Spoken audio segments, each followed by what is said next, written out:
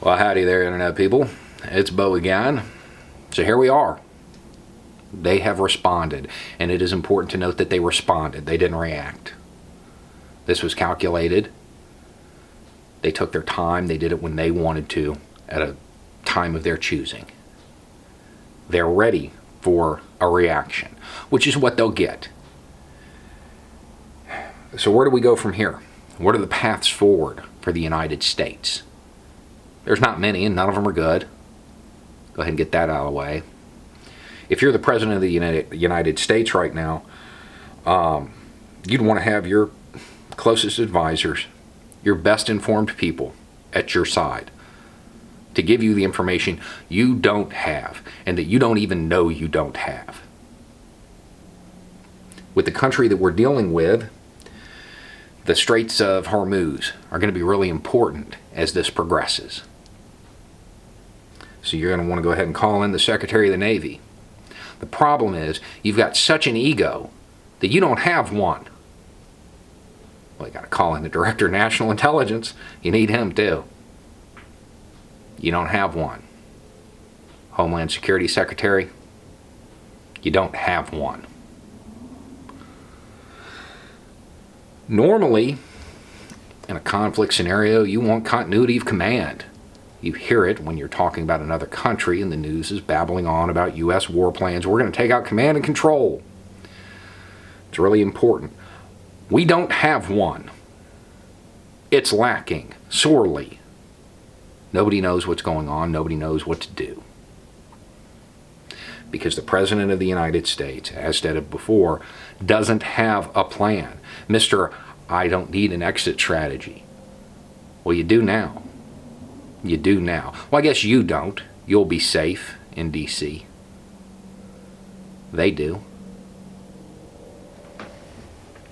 The fact that they responded is really important. That can't be overstated. They chose this time. They're ready for the reaction.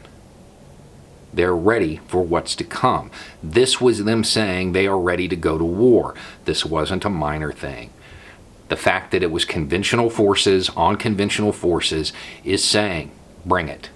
And right now, on Twitter, on Facebook, there's all of these people. Oh yeah, it's time. Iran's in trouble. We gotta go. It's go time. Posting memes of the Avengers. Yeah. I've heard all this before when we were gonna leave Iraq in a year. We're still there. Heard it in Afghanistan. We're still there. They are not goat people. They are not stupid. You're underestimating them. Their doctrine is based on insurgency.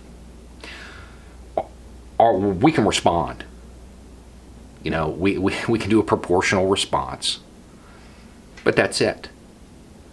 That's the limit of what we can do in any logical sense. Anything beyond that, if we step it up a notch at all, it's going to go into a full-scale war.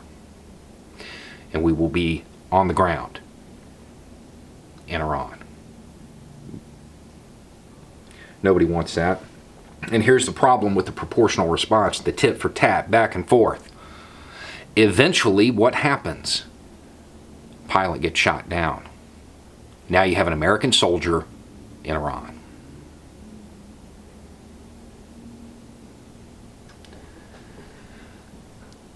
This needs to de-escalate now. The President of the United States needs to understand that this isn't the business world.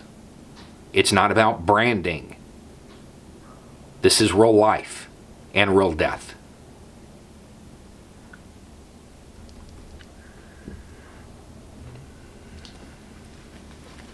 Our options are to go ahead and continue back and forth with the tit for tat. We can do that. Eventually, it will spiral out of control. That is option one. Option two is to literally go nuclear, which is horrible. It's going to turn the entire world against us. And I mean, that's really it. Our influence all over the world is over. We can invade, go full scale, and be there for a quarter of a century and still lose. Or we can do a limited response to show that, we can't be messed with, a token response, and withdraw from Iraq.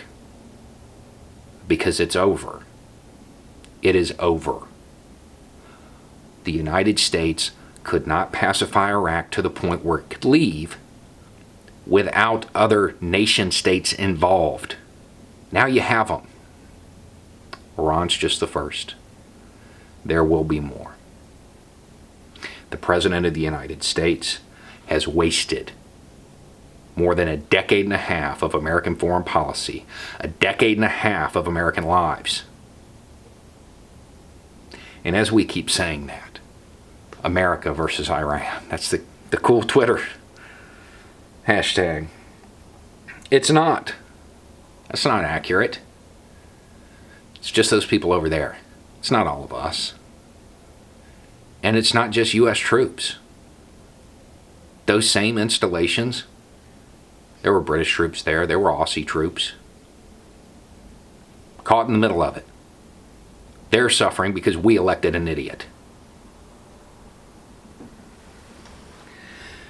This isn't the business world. It's not about branding and putting a veneer on things. Here, somebody will call your bluff, and it's just happened. The options and the things that the President of the United States said he was going to do, he can't realistically do. Not without plunging the United States into a war that will last 25 years and not have a positive outcome. This isn't going to be a conventional fight. They chose to start it in a conventional manner to prove a point, because right now, in their eyes, they have the moral authority. And in most of the world's eyes, they probably do. If this was any nation other than Iran,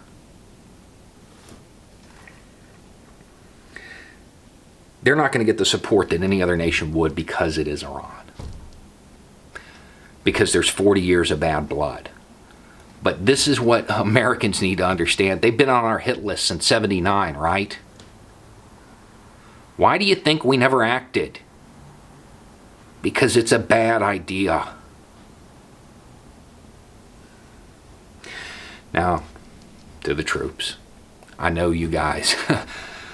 You're ready to go. And I understand. I really do. Half a league, half a league, half a league onward, right? It's not yours to reason why. I get it. Don't use your position. Don't use your uniform to support this any more than you have to, and I know you're going to have to on some levels. And it has nothing to do with you. Because at this point, a kid who isn't born yet will be wearing that uniform 20 years from now in the same place. Anyway, it's just a thought. Y'all try to have a good night.